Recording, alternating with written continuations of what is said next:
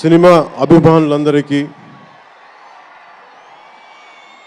తెలుగు హీరోల అభిమానులందరికీ, ప్రత్యేకించి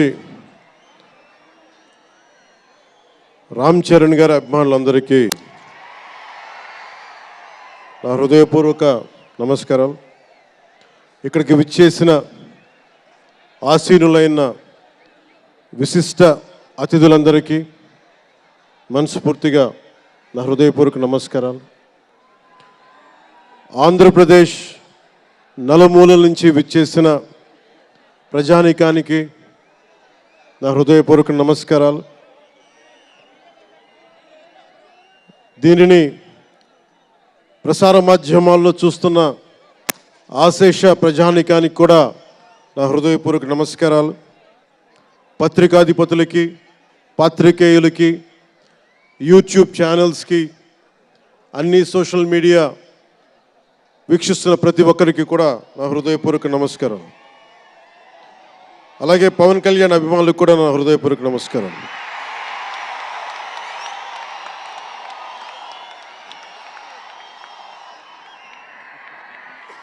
ఎలా చెప్పాలో నాకు తెలియదు.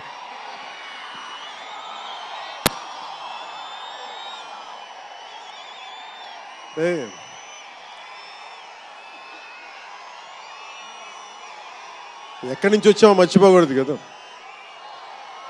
రఘుపతి వెంకయ్య నాయుడు గారిని మర్చిపోలేం, ఒక దాదాసాహెబ్ ఫాల్కేని మర్చిపోలేం, ఒక రాజ్ కపూర్ని మర్చిపోలేం, సత్యజిత్ని మర్చిపోలేం, షోలే తీసిన సిప్పిల్ని మర్చిపోలేం, తెలుగు సినిమాలని ఖ్యాతి నిలబెట్టిన నాగిరెడ్డి గారిని మర్చిపోలేం, బిఎన్ రెడ్డి గారిని మర్చిపోలేం, గోడవల్లి రామబ్రహ్మం గారిని మర్చిపోలేం.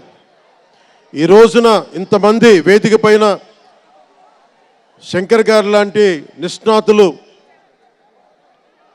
మహానుభావులు ఉన్నారు అంటే, సూర్య గారు లాంటి నటుడు దర్శకులు ఉన్నారంటే మేము మూలాలు మర్చిపోకూడదు. తెలుగు చిత్ర పరిశ్రమ పెద్దలందరికీ గుర్తు చేసుకుంటూ, తెలుగు జాతికి పేరు తెచ్చిన ఎన్టీ రామారావు గారికి మనస్ఫూర్తిగా ఆయనని గుండె లోతుల్లోంచి ఆయనకి స్మరించుకుంటూ, అలాగే పవన్ కళ్యాణ్ ఉన్నా, రామ్ చరణ్ ఉన్నా, ఏ హీరోలు ఉన్నా కానీ దానికి మూలం మెగాస్టార్ చిరంజీవి గారు. మీరందరూ గేమ్ చేంజర్ అనొచ్చు, ఓజీ అనొచ్చు. ఆ మూలాలు ఎక్కడో మారుమూల ఒక చిన్న పల్లెటూరులో, కుగ్రామంలో, మొగల్తూరు అనే కుగ్రామంలో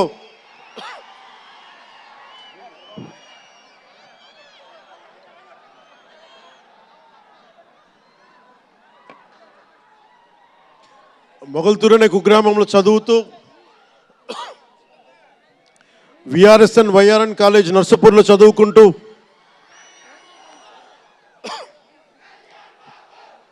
ఇవన్నీ ఇలాంటిదే మీరు అనాలంటే ఆద్యుడు ఆయనే.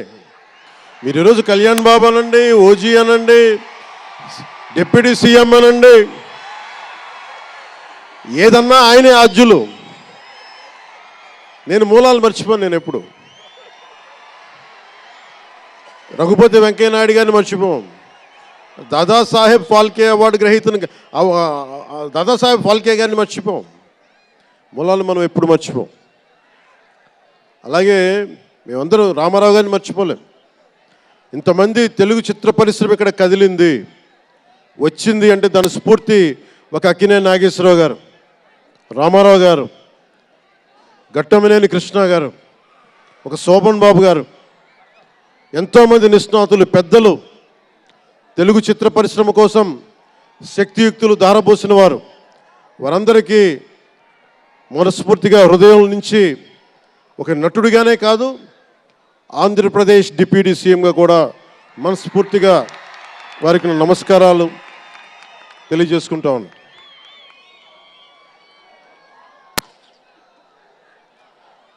ఈ రోజున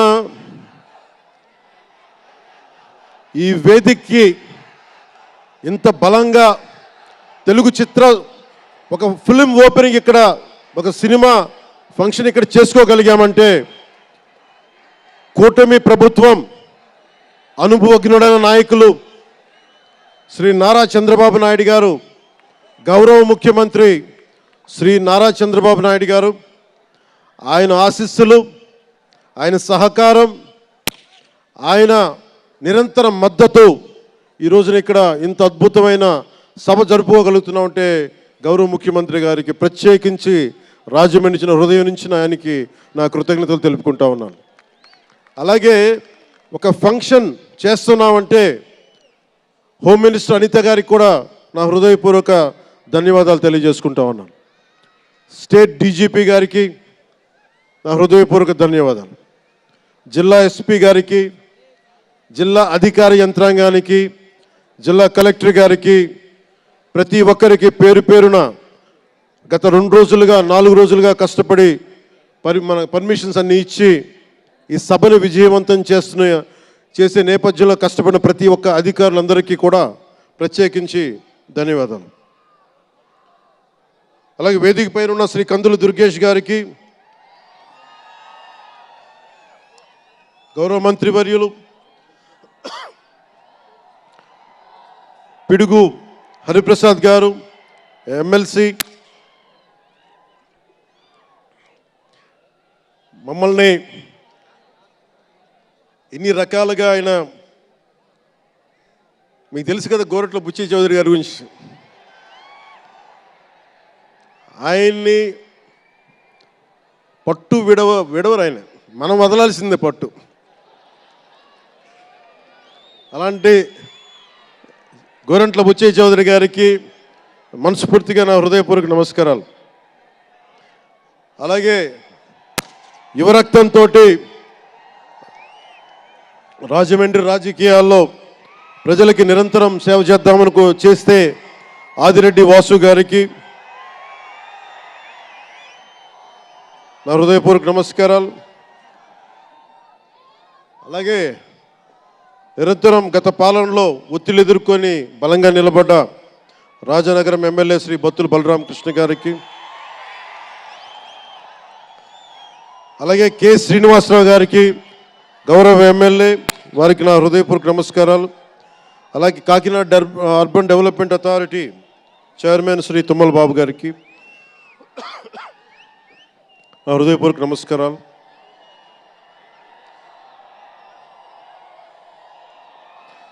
అలాగే నటులు శ్రీకాంత్ గారికి, పృథ్వీ గారికి, నవీన్ చంద్ర గారికి, ఇదేంటిది రచ్చ రవియా,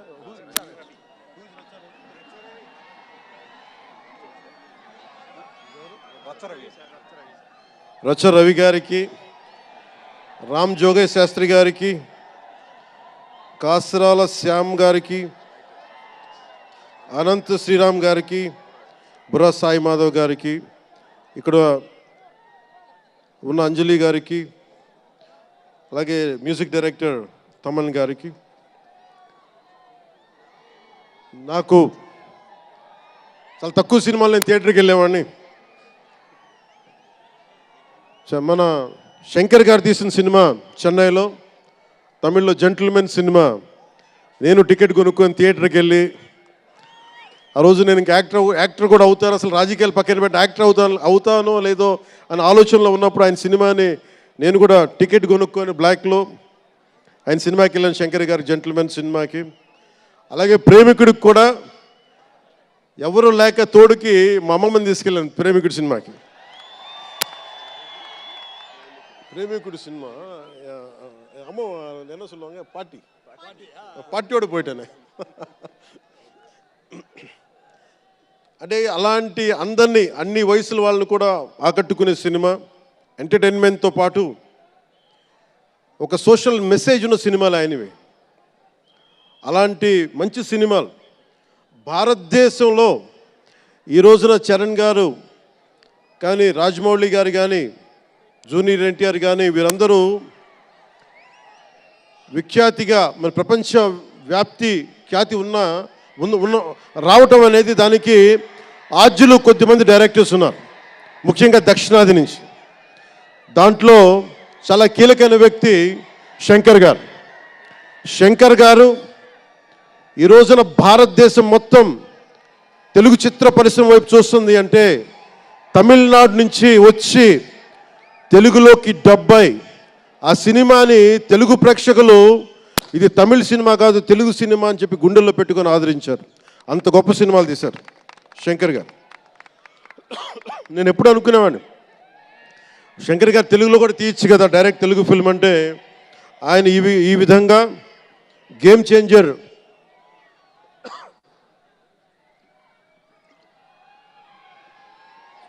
చేంజర్ సినిమాని పూర్తిగా తెలుగులో తీసి మిగతా భాషల్లో డబ్ చేసే క్రమంలో రిలీజ్ చేస్తుంది. మనస్ఫూర్తిగా వారికి నా ధన్యవాదాలు.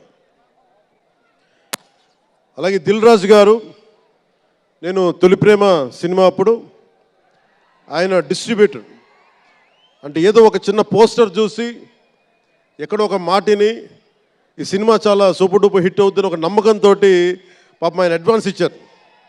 అలా స్టార్ట్ అయిన వ్యక్తి. మేము వకీల్ సాబ్ నా నిర్మాత కూడా ఆయన. ఎలాంటి నిర్మాత అంటే నేను బాగా కష్టాల్లో ఉన్నప్పుడు డబ్బులు లేవు నా దగ్గర, పేరు ఉంది కానీ డబ్బులు లేవు, మార్కెట్ ఉందో లేదో తెలియదు. అలాంటి పరిస్థితుల్లో వచ్చి వకీల్ సాబ్ అనే సినిమా నాతో తీసి ఈరోజు జనసేన పార్టీ నడపడానికి ఇంధనంగా పనిచేస్తుంది వకీల్ సాబ్ సినిమా. దాని నిర్మాత దిల్ రాజు గారు. సో మనస్ఫూర్తిగా వారికి నా ధన్యవాదాలు. అలాగే రామ్ చరణ్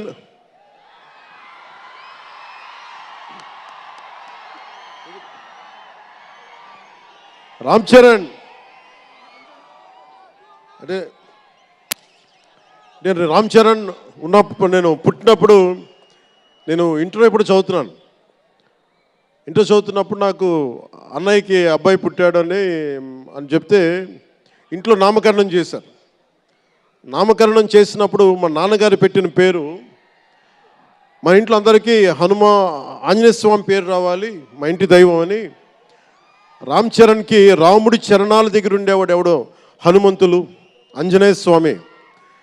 నిత్యం బలం ఉండి కూడా వినయ విధేయతలతో ఉండే వ్యక్తి ఆంజనేయ స్వామి.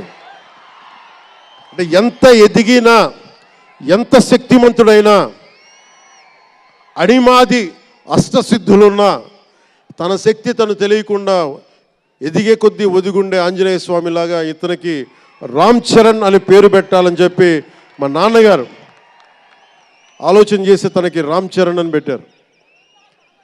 అలాగే రామ్ చరణ్ నాకు ఎందుకంటే నాకు చిరంజీవి గారు అన్నయ్య కాదు, పితృ సమానులు, తండ్రి సమానులు. మా వదిన నాకు మాతృమూర్తి. సో నాకు రామ్ చరణ్, నేను బాబాయ్ వీటన్నిటికంటే కూడా నాకు ఎప్పుడు ఒక తమ్ముడు.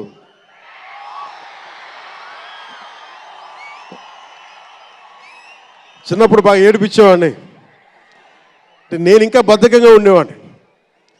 అంటే కరెక్ట్గా చెప్పాలంటే నేను తమ్ముడు సినిమాలో నా క్యారెక్టర్ లాగా ఉంటే రామ్ చరణ్ 7 ఏళ్ల వయసు, నా రెండో కొడుకు అంత వయసు ఉండేది. ఇప్పుడు ఆ వయసులో తెల్లవారుజామున చలిలో హార్స్ రైడింగ్ నేర్చుకోవడానికి మొత్తం ఆ హెల్మెట్తో పాటు అన్నీ పెట్టుకొని షూస్ అన్నీ సర్దుకొని రాత్రే నేను సోఫాలో పడుకొని ఉంటే వచ్చి పాపం నన్ను లేపి, ఇంకా నేను పడుకునేవాడిని, తను రెడీ అయిపోయి నన్ను లేపి ఒకసారి నేను దింపాల్సి వచ్చేది. ఇష్టంతో కాదు, తప్పక లేదు తిడతారు ఇంట్లో. అంటే అంత క్రమశిక్షణతో ఉండేవాడు చిన్నప్పటి నుంచి. నాకు రామ్ చరణ్లో నచ్చింది ఏంటంటే ఇంత ప్రతిభా సమర్థత ఉందని ఎప్పుడు తెలియదు ఎవరికి కూడా. ఇంత శక్తి సమర్థత ఉంది ఈ వ్యక్తులు ఎప్పుడు మాకు తెలియలేదు. ఎప్పుడు ఇతను నేను డ్యాన్స్ చేయటం ఎప్పుడు చూడలేదు నా లైఫ్లో, సినిమాలో తప్ప. ఇంక సినిమాలో బాగా వ్యక్తిగత జీవితం నేను ఎప్పుడు చూడలే. అసలు మ్యూజిక్ వేస్తే కాలు కూడా ఆడించడు, కానీ అంత అద్భుతమైన డాన్సర్. అలాగే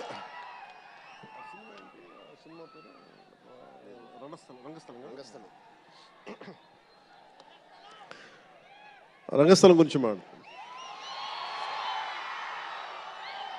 సుకుమార్ గారి డైరెక్షన్లో రంగస్థలం నాకు నటన చూసి ఇతనికి బెస్ట్ యాక్ట్ అవార్డు రావాలని మనస్ఫూర్తిగా అనిపించింది. అంటే అంత గొప్ప పెర్ఫార్మెన్స్ చేశాడు. భవిష్యత్తులో ఇతను ఉత్తమ నటుడు కూడా కావాలి, ఉత్తమ నటుడు అవార్డు అందుకోవాలి. ఎందుకంటే తనకి ఇక్కడ పెరగల, ఆంధ్రాలో పెరగల, కీలకమైన సంవత్సరాలన్నీ తమిళనాడులో పెరిగాడు, కొంత హైదరాబాద్లో తెలంగాణలో పెరిగాడు. ఇక్కడ గోదావరి జిల్లాల తాలూకు భావాలు, కల్చరు ప్రత్యక్షంగా ఎప్పుడు చూడాల. అవన్నీ తెలియకుండా ఆ క్యారెక్టర్లో ఇమిడిపోయి కొన్ని తరాలుగా గోదావరి తీర ప్రాంతంలో పుట్టిన వ్యక్తిగత యాక్ట్ చేసిన విధానం చూస్తే నాకు అమితంగా నాకు నచ్చింది. అంటే అంత గొప్ప నటుడు ఉన్నాడు. చిరంజీవి గారు వారసుడు అలా కాకపోతే ఇంకెలా ఉంటాడు?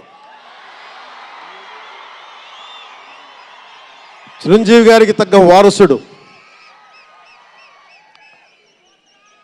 తండ్రి మెగాస్టార్ అయితే కొడుకు ఏమవుతాడు? గ్లోబల్ స్టార్ అవుతాడు.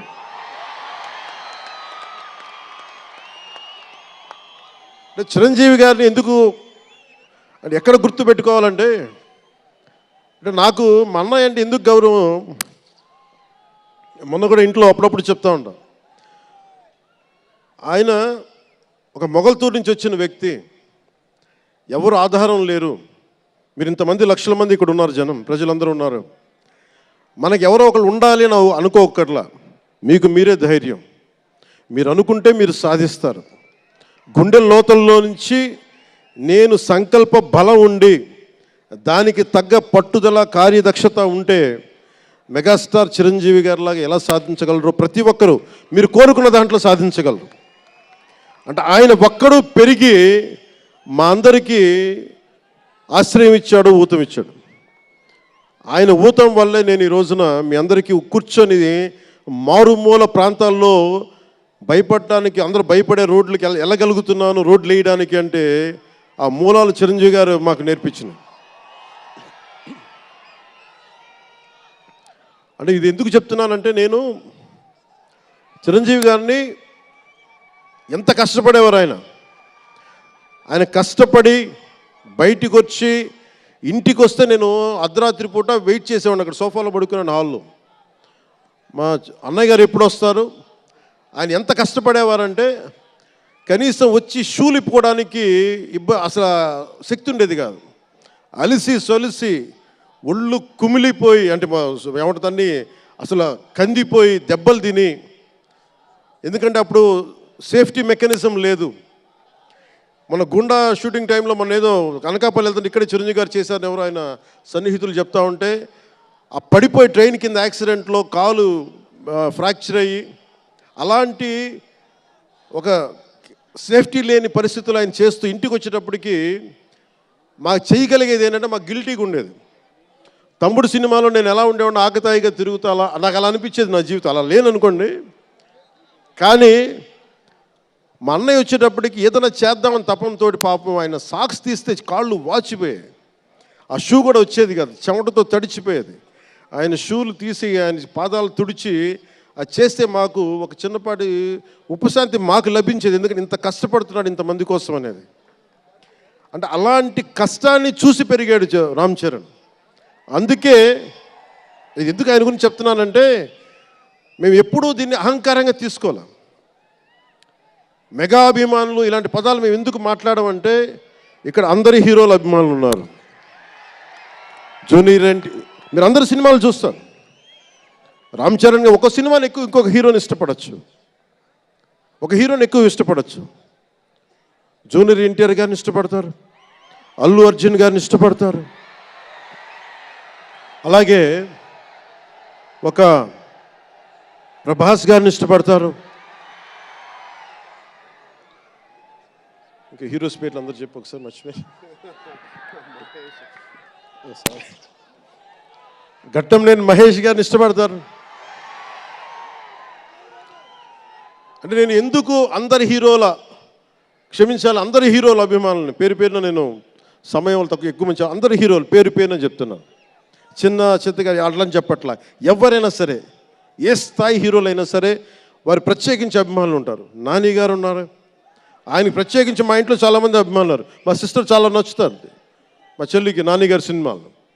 ఇలాగా మా ఇంట్లో అందరికి కూడా మా చిరంజీవి గారు మాకు నేర్పించింది ఒక హీరోని ద్వేషించే పని మాకు తెలియదు. మాకు చిన్నప్పటి నుంచి మా జీవితంలో కళమా తల్లి సాక్షిగా చెప్తున్నాం, ఎప్పుడు కూడా మా ఇంట్లో ఈ హీరో సినిమా పోవాలి, మేము ఉండాలి, మా ఇంట్లో ఎప్పుడు లేదు. అసలు ఆ సంస్కృతి మా ఇంట్లో లేదు. అందుకు మేము అందరం బాగుండాలని కోరుకుంటాం. ఎందుకు బాగుండాలని కోరుకుంటామంటే సర్వే జనం సుఖినో భవంతు అని చెప్పి మా నాన్న నేర్పించిన ఇది మాకు సంస్కృతి. అది మేమే బాగుండాలి, వాళ్ళు బాగుండకూడదు అనుకుంటే ఎకానమీ తిరగాలి, అందరి దగ్గర డబ్బులు ఉండాలి, అందరూ బాగుండాలని కోరుకుంటాం. అలాంటి పరిస్థితుల్లో అలాంటి వాతావరణంలో పెరిగాం. రామ్ చరణ్ అలాంటి వాతావరణంలో పెరిగిన వ్యక్తి. నాకు చాలా గర్వంగా ఉంటుంది, చాలా ఆనందంగా ఉంటుంది. అతని హార్స్ రైడింగ్ చూస్తే మటుకు నాకు చాలా అసూయ వస్తుంది. నాకు చాలా తక్కువ సందర్భాల్లో నాకు అసూయ వస్తాయి. మొన్న ఈ మధ్యన అరకుకి వెళ్ళినప్పుడు గిరిజన ప్రాంతాల్లో ఉన్న సోదరులను చూసి ఆ పచ్చని చెట్ల మధ్య వాళ్ళ జీవన విధానాన్ని చూసి నాకు అసూయ వచ్చింది. అలాంటి అసూయ రామ్ చరణ్ని చూస్తే నాకు మగధీరలు అనిపించింది. ఎంత అద్భుతంగా చేస్తున్నాడు అతను. చిన్నప్పుడు నేను కూడా నేర్చుకొని ఉంటే ఇలా ఇంట్లో కూర్చొని కాళ్ళు బారజాపుకొని కూర్చోకుండా, పుస్తకాలు కాకుండా ఇంకేదైనా చేస్తుంటే నేను ఇంత అద్భుతంగా చేసేవాడిని అనిపించేది. ఆ పట్టుదలతోటి నాకు హార్స్ రైడింగ్ నేర్చుకోలేదు జీవితంలో. ఇప్పుడు గబ్బర్ సింగ్ సినిమాకి నాకు హార్స్ రైడింగ్ పెట్టారు. అందరూ ఏమనుకున్నారంటే పవర్ స్టార్ అంటే అన్నీ వచ్చేసి అనుకున్నారు. నాకు తెలియదు అవన్నీ. హార్స్ రైడింగ్ అని చెప్పారు, ఓకే అని గుర్రం చూపించారు నాకు. అది కచ్ రాష్ట్రం గుజరాత్లో. గుర్రం దగ్గరికి వెళ్ళా, సార్ ఏం లేదు దౌడు తీసుకుంటే గ్యాలప్ మీద వచ్చేయాలంటే ఓకే షూర్ అన్నాం, డెఫినెట్గా వచ్చేస్తానమ్మా. కింద పడితే ఏమవుతానో నాకు తెలియదు. సార్ నాకు ఒకటే తెలుసు, తెగింపు తెలుసు. గుర్రం దగ్గరికి వెళ్ళి చెప్పా, దానికి చెవిలో చెప్పాను, నాకు హార్స్ రైడింగ్ రాదు. వీళ్ళందరూ నన్ను ఎక్స్పెక్ట్ చేస్తారు నేను చాలా గొప్ప హార్స్ రైడర్ అని. అంటే హీరో అంటే అన్నీ తెలియాలని అనుకుంటారు. నాకు తెలియదు హార్స్ రైడింగ్. దానికి ఒక పంచదార ముక్కను చిన్న క్యారెట్ పెట్టా, జాగ్రత్తగా తీసుకెళ్ళి నాకు వదిలేవాను. పాపం ఆ గుర్రం అది నన్ను ఎంత అద్భుతంగా తీసుకెళ్ళిందంటే అది మీరు చూసారు ఆ సీన్లో. నేను అందరినీ మోసం చేశాను ఆ సినిమాలో. హార్స్ రైడింగ్ రాకుండా సినిమా వరకే హార్స్ రైడింగ్ వచ్చినాయి కదా. అలాంటి అంటే నాకు ఇది మాకేంటంటే మాకు సినిమాల్లో చూసినవన్నీ నాలాగా కాకుండా అన్నీ చాలా సుశిక్షితమైన ఒక నేర్చుకున్న వ్యక్తి ఇతను రామ్ చరణ్. ఒక డ్యాన్స్ కానీ ఎక్కడో ఇంగ్లాండ్కి వెళ్ళి అక్కడ డ్యాన్స్ ఇన్స్టిట్యూషన్స్లో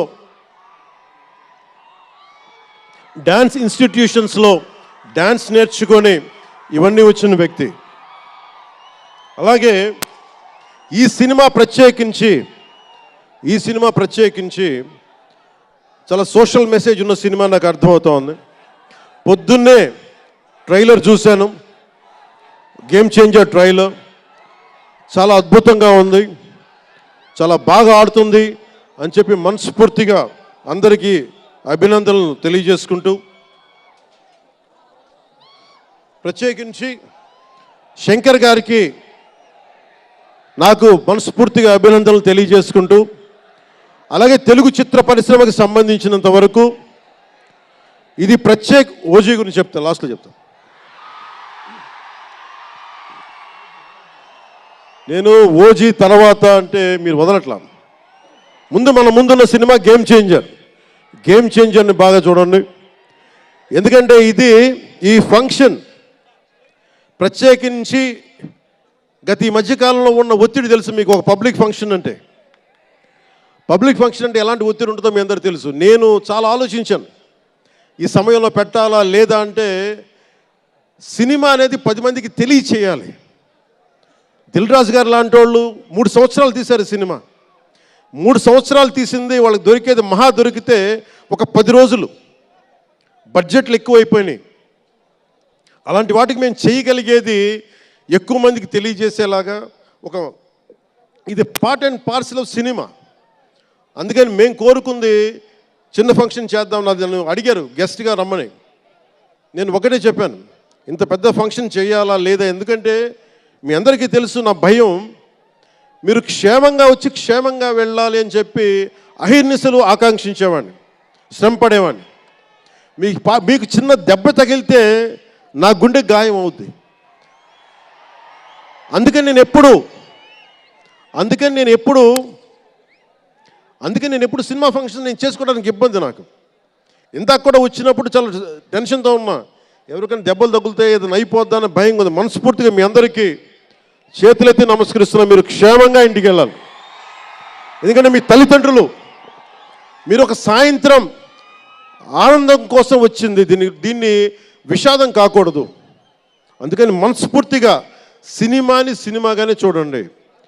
కింద పడిపోయి మీద పడిపోయి తొక్కిసలాడుతూ హీరోలను చూడడం కంటే కూడా మీరు దూరం నుంచే ఇబ్బంది పడకుండా మీరు క్షేమంగా ఉండాలి, అందరూ క్షేమంగా ఉండాలి మనస్ఫూర్తిగా కోరుకుంటా ఉన్నాం. అలాగే అడగగానే టికెట్ రేట్స్ ఎందుకు పెంచాలి,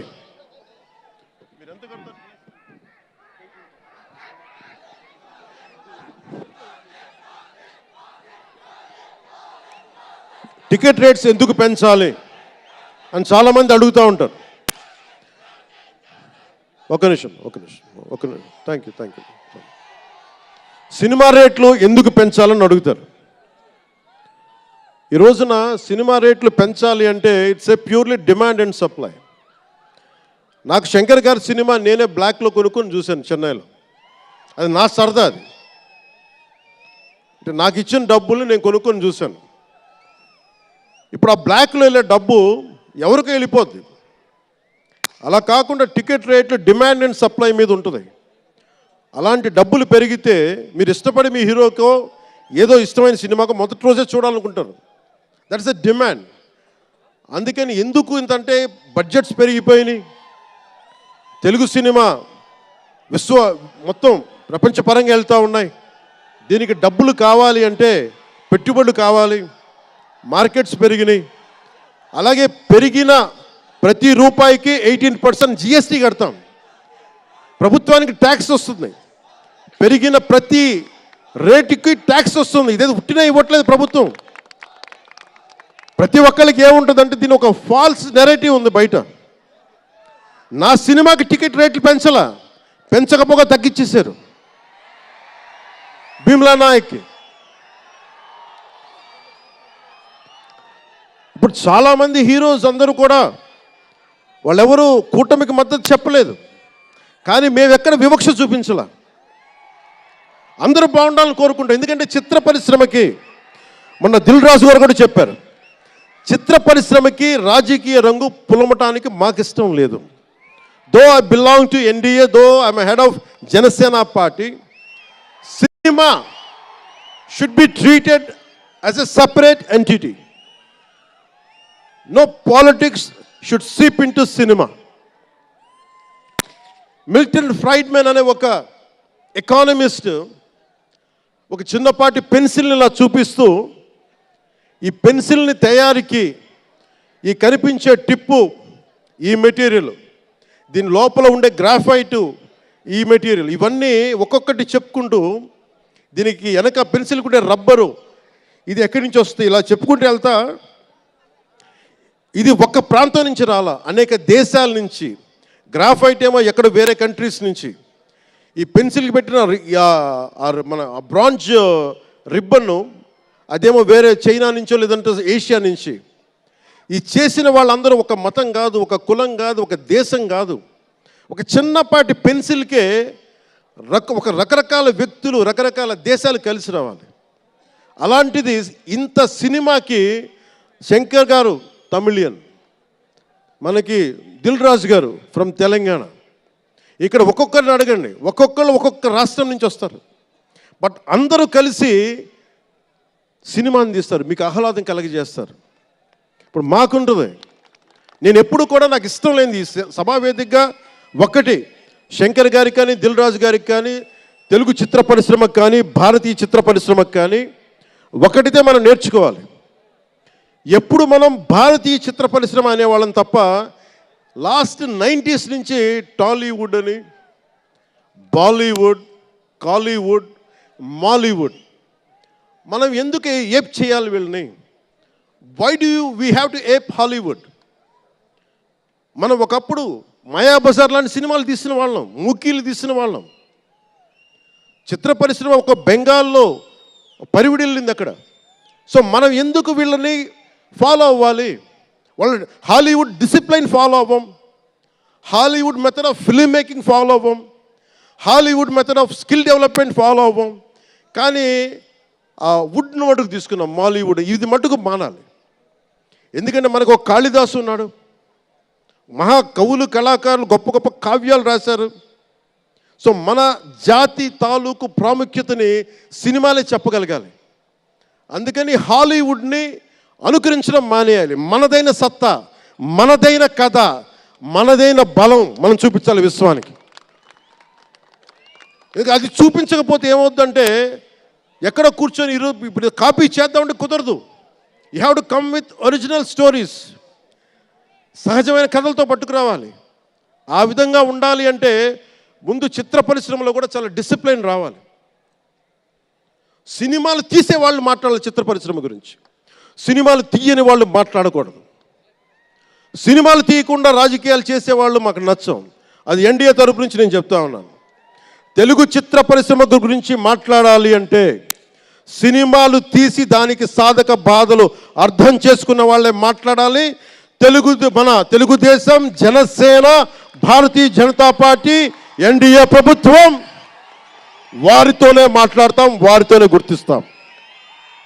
అలాగే చాలాసార్లు సినిమా టికెట్ల కోసం హీరోలకి పనేంటి, హీరోలు ఎందుకు రావాలి, అది మాకు ఇష్టం లేదు. మహా అయితే నిర్మాతలు రండి, ఒక ట్రేడ్ బాడీ రండి, మీ యూనియన్ రండి, మేము అది ఇచ్చేస్తాం. అంతేగాని హీరోలు వచ్చి మాకు నమస్కారాలు పెట్టాలి,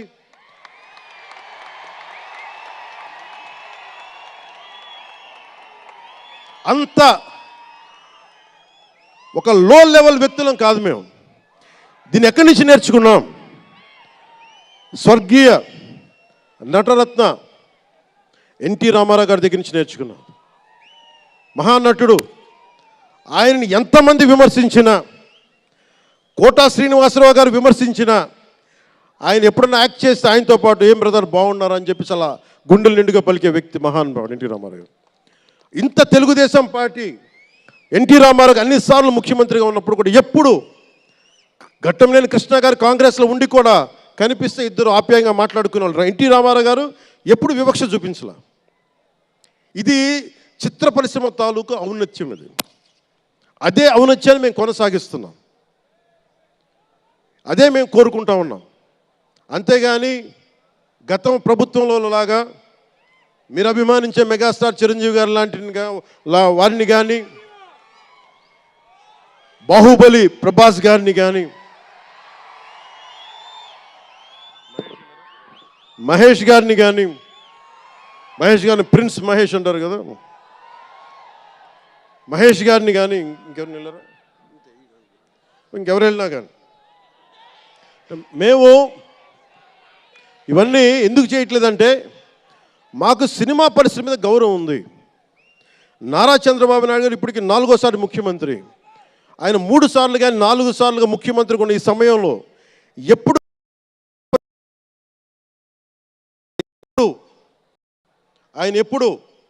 ఆయన్ని తెలుగు చిత్ర పరిశ్రమను ఇబ్బంది పెట్టలేదు.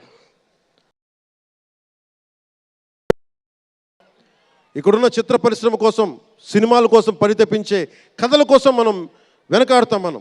మన కథలు కావాలి. సినిమా జీవితంలో లేని సినిమాలో వెతుక్కుంటాం. మనం జీవితంలో దొరకని న్యాయాన్ని సినిమాలో న్యాయం దొరికితే తృప్తి పడతాం. ఒక్కటి సినిమా తీస్తే ఎందుకు చూస్తాం మనం? శంకర్ గారి డైరెక్షన్లో అరే మన జీవితంలో మన ముఖ్యమంత్రి ఇలా ఉంటే బాగుంటుంది అనుకుంటాం. ఆ కథని, ఆ భావాన్ని సినిమాగా తెరకెక్కిస్తే అది బాగుంటుంది. ఒక శివాజీ సినిమా ఎదురు తిరిగితే ఎలా ఉంటుంది, ప్రత్యామ్నాయంగా రాజు చేస్తే ఎలా ఉంటుంది ఒక శివాజీ. ఇలాంటి సినిమాలన్నీ కూడా మనకి నిజ జీవితంలో జరగనివి. మనం ఒక అట్లీస్ట్ సినిమా ప్రపంచంలో చూస్తే ఒక తృప్తి ఉంటుంది.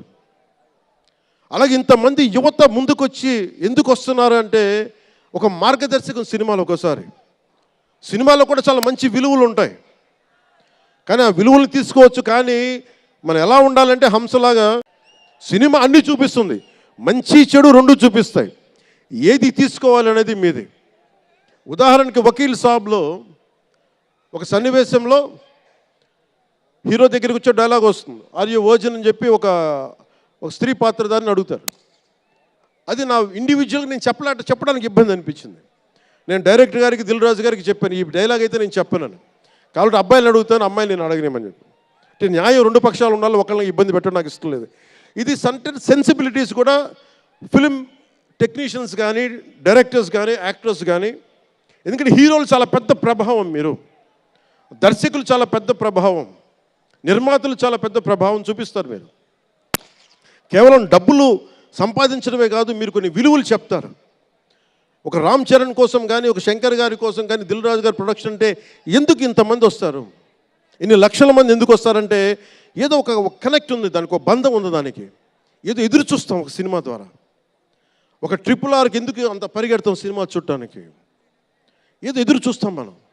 సో బాధ్యత తెలుగు చిత్ర పరిశ్రమకు కూడా మీరు సమాజాన్ని ఇంకొంచెం వినోదంతో పాటు ఆలోచింపజేసే సినిమాలు ఇవి కూడా రావాలని మనస్ఫూర్తిగా నేను మీ నుంచి ఆశిస్తా ఉన్నాను.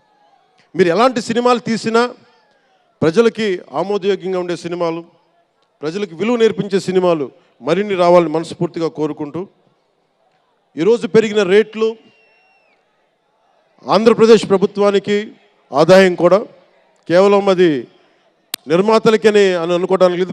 పెరిగిన ప్రతి రూపాయికి 18% GST వస్తుంది. అది ప్రజలందరికీ కూడా ఈ సందర్భంగా నేను తెలియజేస్తా ఉన్నాను.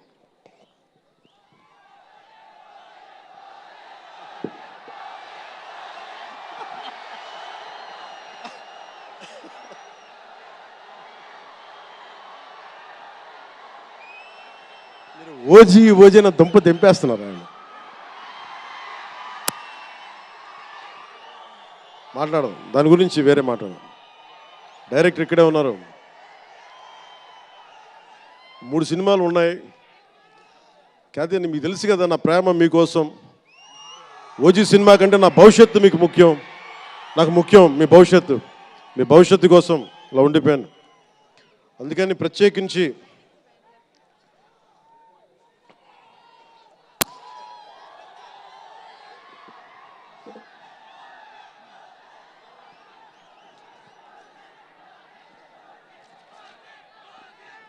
మనం మాట్లాడుకోదు. ఇది అంటే వేరే సినిమా గురించి, ఒక గేమ్ చేంజర్ అనే సినిమాకి వచ్చి మనం ఓజీ గురించి మాట్లాడుకోవాలి.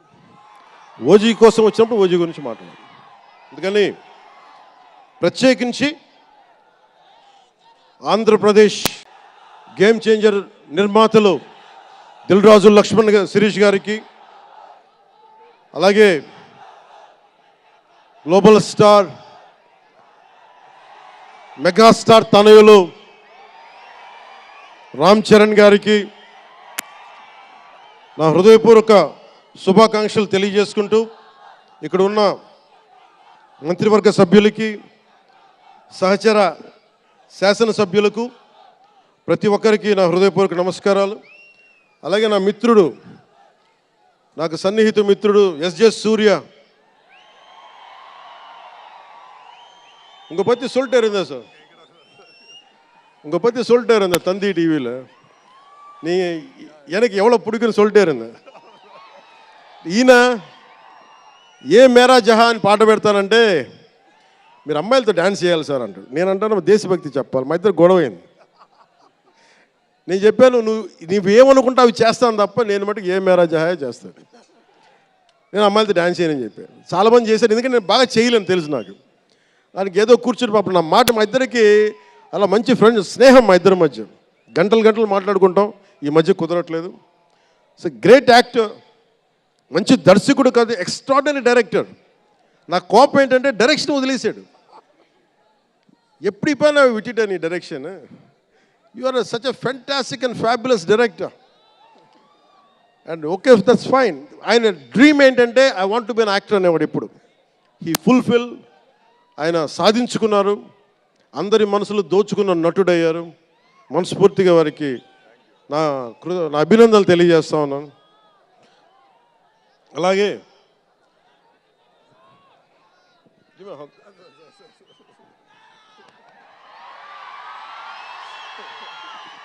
సో మీ అందరికీ మరోమారు ధన్యవాదాలు తెలియజేసుకుంటూ all my best wishes to game changer,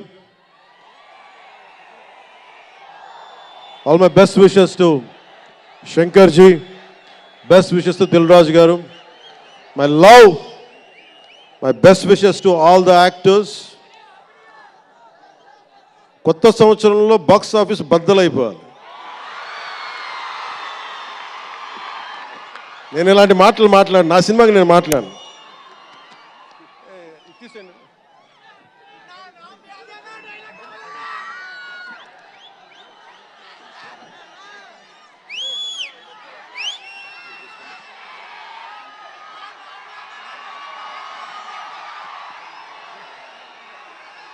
మీరేం చేస్తారో తెలీదు. మగధీరుడు అల్లూరి సీతారామరాజుగా మొత్తం జీవించేశాడు. అందరి తోటి నటుల మీద అమితమైన ఇష్టం చూపించేవాడు. అందరికీ ఫ్రెండ్ రామ్ చరణ్. అందరి హీరోలకి చాలా గౌరవంగా ఉండేవాడు. సంవత్సరానికి 100 రోజులు మా నాన్న ఏ పేరు మీద ఏం తలుచుకొని పెట్టాడో తెలియదు, కానీ 100 రోజులు, సంవత్సరంలో 365 రోజులు, కనీసం 100 రోజులు అయ్యప్ప స్వామి మాల అంటాడు, ఆంజనేయ స్వామి మాల అంటాడు. ఎందుకురా చేస్తామంటాను అప్పుడప్పుడు. క్షమించాలి రామ్ చరణ్ గారు రే అంటున్నందుకు, పర్లేదు కదా.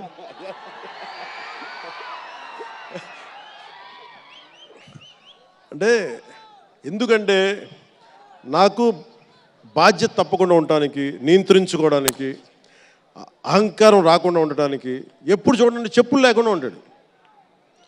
అంటే నాకే అనిపిస్తుంది, కనీసం నేను వేసుకునే చెప్పులు కూడా వదిలేడానికి ఇబ్బంది పడతాను అప్పుడప్పుడు. అలాంటిది రామ్ చరణ్ చెప్పులు లేకుండా, మామూలు హీరో కాదు, హాలీవుడ్ దాకా వెళ్ళాడు, ఆస్కార్కి వెళ్ళాడు. అక్కడికి వెళ్ళి ఎంత గుండె ధైర్యం అంటే, నేను చెప్పులు వేసుకుంటా, అవసరమైతే మంచి సూటు బూట్ వేసుకుని తయారవుతాడు, లేదంటే అయ్యప్ప స్వామి మాలేసుకుని కనిపిస్తూ ఉంటాడు. అంటే వ్యక్తిత్వంలో ఎంత బలం ఉండాలి ఆ వ్యక్తికి. అందుకని అలాంటి రామ్ చరణ్ మంచి 16 అణాలు తెలుగువాడు, మా బంగారం, నా తమ్ముడు. ఒక తల్లికి పుట్టకపోయినా కానీ నా తమ్ముడు. ఎప్పుడు ఎదిగే కొద్దీ ఒదిగుండేవాడు. అతనికి మరింత విజయం కలగాలని, అద్భుత విజయాలు కలగాలని మనస్ఫూర్తిగా ఒక బాబాయ్గా కాదు, ఒక అన్నగా ఆశీర్వదిస్తున్నాను. I love you Ram Charan, I love you all.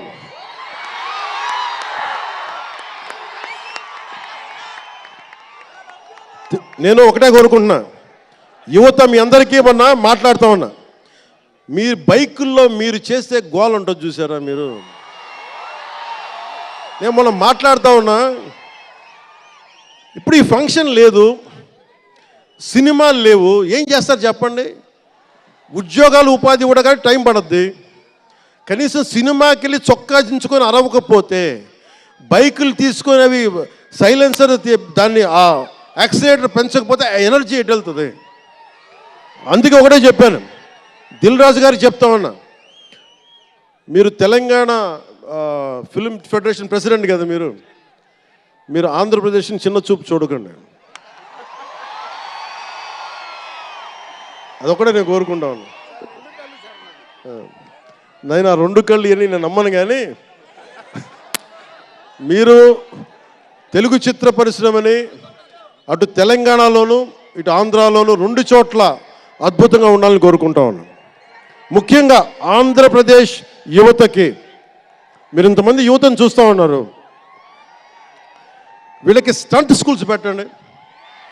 మా వాళ్ళు బైక్లు వేసుకొని తిరుగుతూ ఉంటారు, గోల్ చేస్తూ ఉంటారు. ఒక మంచి స్టంట్ స్కూల్ పెట్టండి. గోదావరి జిల్లాలోనూ, రాయలసీమలోనూ, మా కడపలోనూ ఎక్కడో చోట ఒక 2-3 స్టంట్ స్కూల్స్ పెట్టండి. మా వాళ్ళకి స్కిల్ డెవలప్మెంట్ ఇవ్వండి. మాకు ఒక స్క్రీన్ ప్లే ఎలా రాయాలో మా వాళ్ళకి చెప్పండి. ఒక రాజమౌళి గారు వచ్చి చెప్పండి. త్రివిక్రమ్ గారిని వచ్చి క్లాసులు తీసుకోమని చెప్పండి మా వాళ్ళకి. ఒక తమన్ లాంటి మనకి మ్యూజిక్ దర్శకులు కానీ,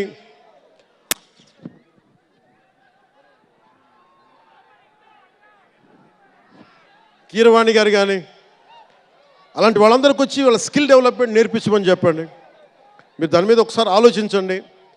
స్టూడియోలు పెట్టండి. ఇక్కడ కొంతమంది అసిస్టెంట్ డైరెక్టర్స్కి ఎలా ఉండాలి, డైరెక్టర్స్ కావాలంటే ఏం చేయాలి, 24 క్రాఫ్ట్స్లో ఒకళ్ళకి ప్రొడక్షన్ డిజైనింగ్ నేర్పించండి. మా వాళ్ళకి ప్రొడక్షన్ డిజైనింగ్ స్కూల్స్ పెట్టండి, ఫిల్మ్ మేకింగ్ స్కూల్స్ పెట్టండి. ఈరోజున మీకోసం ఇంతమంది వచ్చారు. మీరు తిరిగి ఇవ్వగలిగేది మీకోసం రేట్లు పెంచాం. ముఖ్యమంత్రి గారు మీకు అండగా ఉన్నారు, చంద్రబాబు నాయుడు గారు, మేమందరం మీకు అండగా ఉన్నాం. తెలుగు చిత్ర పరిశ్రమని మీ ద్వారా మేము కోరుకునేది ఇంతమంది యువతున్నారు. వీరికి మీ ద్వారా కొంత ఉపాధి కల్పించండి. నేను సినిమాని మాట్లాడుతుంటే నేను టీవీని ఎప్పుడు వదలలేదు. టీవీ మీడియంని చిన్న తెర అనుకుని, చిన్న తెర పెద్ద తెర ఉండదు. తెర చిన్నదైనా పెద్దదైనా ఒకటే మాకు. సో మాకు ముమ్మిడివరం లాంటి గొప్ప లొకేషన్స్ ఉన్నాయి. మాకు కేరళకి మించిపోయి ఉంటుంది ముమ్మిడివరం. గోదావరి తీరం చూడండి, అసలు మీరు గండికోట చూడండి కడపలో, సిద్ధవటంకి వెళ్ళండి, అడ్వెంచర్ సినిమాలు ఉంటాయి. అటు వెళ్తే మీరు పార్వతీపురం వెళ్ళండి, మన్యం ప్రాంతం అద్భుతంగా ఉంటుంది. మీరు లొకేషన్స్ని ఎక్స్ప్లాయిట్ చేయండి. ఇక్కడ అందరికీ మేము సౌకర్యాలు కల్పిస్తాం. మా దుర్గేష్ గారికి కూడా చెప్తా ఉన్నాను, మనకి కూర్చొని ఇక్కడ టూరిజం డెవలప్ చేయాలి. అందుకని మీకు తెలుగు చిత్ర పరిశ్రమకి ఆంధ్రప్రదేశ్ ప్రభుత్వం అండగా ఉంటుందని తెలియజేసుకుంటూ, మీకోసం ఒళ్ళు వంచి పనిచేస్తానని తెలియజేసుకుంటూ, మరోమారు మనందరికీ ఇష్టమైన రామ్ చరణ్కి గుండెల నుండి శుభాకాంక్షలు తెలియజేసుకుంటూ, శంకర్ గారికి మరోమారు కృతజ్ఞతలు తెలియజేసుకుంటూ, దిల్ రాజు గారికి ఇద్దరికి అభినందనలు తెలియజేసుకుంటూ, నటీనట వర్గానికి ప్రతి ఒక్కరికి అందరికీ ధన్యవాదాలు తెలియజేసుకుంటూ, మీ అందరూ క్షేమంగా ఇంటికి వెళ్ళండి. ఇంట్లో అమ్మా నాన్నని అడిగానని చెప్పండి. నాకంటే వయసులో పెద్దవారైన ఎవరన్నా ఉంటే వారికి నా పాదాభివందనాలు తెలియజేయండి. మీరు 2 చేతులైతే దండం పెడుతున్నా, క్షేమంగా క్షేమంగా క్షేమంగా ఇంటికి వెళ్ళండి.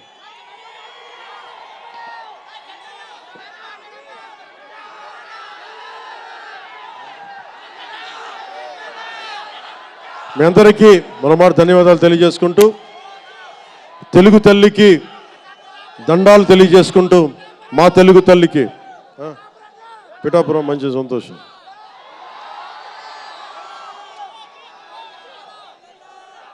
అలాగే మీ అందరికీ ధన్యవాదాలు తెలుపుకుంటూ, ఏ దేశం ఎగినా ఎందుకు కాలినా పొగడరాని తల్లి భూమి భారతిని అంటే సభ ఆరంభంలో మాట్లాడలేకపోయాను. నాకు జన్మనిచ్చిన నా నేల నేను దండాలు పెట్టుకుంటూ, నాకు దేశభక్తిని నింపిన నా భారతదేశానికి జై జైలు చెప్తూ సెలవు తీసుకున్నాను. అందరూ క్షేమంగా ఇంటికి వెళ్ళండి. మనస్ఫూర్తిగా ఇక్కడికి వచ్చిన ప్రతి ఒక్కరికి పేరు పేరున ధన్యవాదాలు తెలుపుకుంటూ,